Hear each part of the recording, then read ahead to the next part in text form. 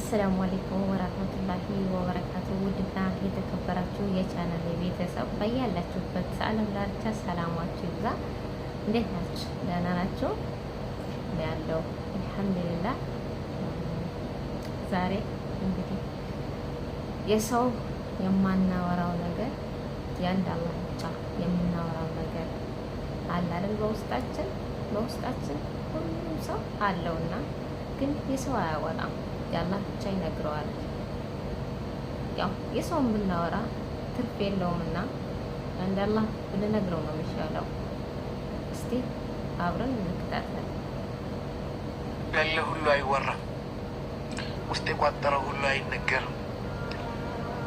አንዳንድ ጉዳዮች አሉ ከሰዎች የምንደብቃቸው፣ በልባችን አፍነን ይዘን የምንሰቃይባቸው። መውጣትና መናገር እንፈልጋለን፣ ግና የሚሰማን የለም፣ የሚረዳንም አናገኝም። በመልካም እንናገራለን፣ ሰዎች በመጥፎ ይረዱብናል። ታዲያ ይህ ሲሆን ከህመማችን ጋር ችለን ለማለፍ እንወስናለን። ውስጣችን አፍነን አንዳንዴ በለቅሶ አለፍ ሲልም በመብሰልሰል እናሳልፈዋለን። ወዳጄ አንድ መንገድ አለ። አላህ እኮ አለን ወዳጄ። መናገር በፈለግንበት ጊዜ ሁሉ የሚሰማን ጌታ አላህ አለን። አልሐምዱሊላህ። የማይሰለቸን በመጥፎ የማይተረጉምብን የሚረዳን ከማንም በላይ ደግሞ መፍትሄ የሚሰጠን ጌታ አላህ አለን። ይህንን ደግሞ ያዕቁብ አሳይተውናል። ኢነማ አሽኩ በሲ ወሑዝኒ ኢለላህ። ብሶቴንም ሐዘኔንም ለቅሶዬንም ለአላህ ነው የማደርገው፣ ለአላህ እንጂ ለማንም አልናገርም ነበር ያሉት። ወዳጅ አንተም ለአላህ እንጂ ለማንም አትናገር፣ አላህ ፊት እንጂ ለማንም አታልቅስ፣ ለአላህ እንጂ ምንም አትበል።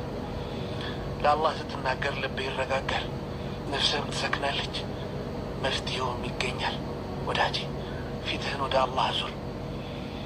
ፊትን ወደ አላህ ማዞር ልቅና ነው። ፊትን ለሰዎች ማዞር፣ ችግርን ለሰዎች መናገር ግን ውርደት ነው። አላህ አለን፣ እሱ ይበቃናል። አልሐምዱሊላህ። እንሰቃይባቸው፣ መውጣትና መናገር እንፈልጋለን፣ ግና የሚሰማን የለም፣ የሚረዳንም አናገኝም። በመልካም እንናገራለን፣ ሰዎች በመጥፎ ይረዱብናል። ታዲያ ይህ ሲሆን ከህመማችን ጋር ችለን ለማለፍ እንወስናለን። ውስጣችን አፍነን አንዳንዴ በለቅሶ አለፍ ሲልም በመብሰልሰል እናሳልፈዋለን።